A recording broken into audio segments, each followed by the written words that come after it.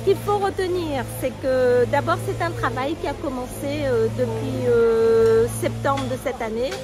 C'est 1200 personnes qui sont en médiation culturelle maintenant et qui vont faire le défilé du 20 décembre traditionnel. Les grandes nouveautés de cette année, c'est qu'on est dans cet espace-là, qui est le jardin du bar à choix, que dans ce jardin-là, vous avez des œuvres artistiques qui vont se succéder. Une œuvre avec Stéphanie Lebon, où vous allez avoir plus de 11 000 noms de nos ancêtres qui vont être suspendus dans les arbres. Donc ça va être, en plus d'être beau, ça va être extrêmement symbolique. Nous avons un gros projet culturel qui a été choisi par nous-mêmes et la Fondation des Talents, la vitrine, où vous allez avoir sur les murs autour de nous et dans les arbres et au sol, vous allez avoir des œuvres artistiques éphémères avec des projections de tissus, des yeux dans les arbres, des projections sur les murs de la préfecture avec tout un jeu de son et lumière.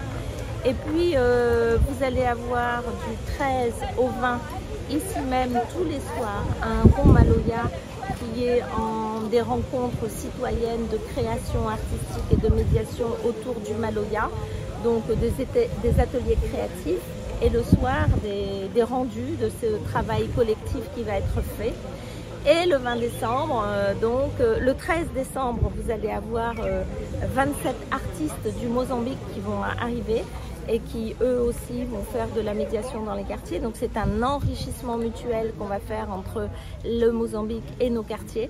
Et le soir du 20 décembre, il y aura un concert qui va mailler des artistes maloyeurs traditionnels et également nouveaux sons maloya, parce qu'on aime bien faire ce mélange-là le soir du 20 décembre, plus 27 artistes mozambicains qui vont se produire. Donc on est sur un 20 décembre exceptionnel de par son ampleur et de par sa connexion très concrète avec le Mozambique.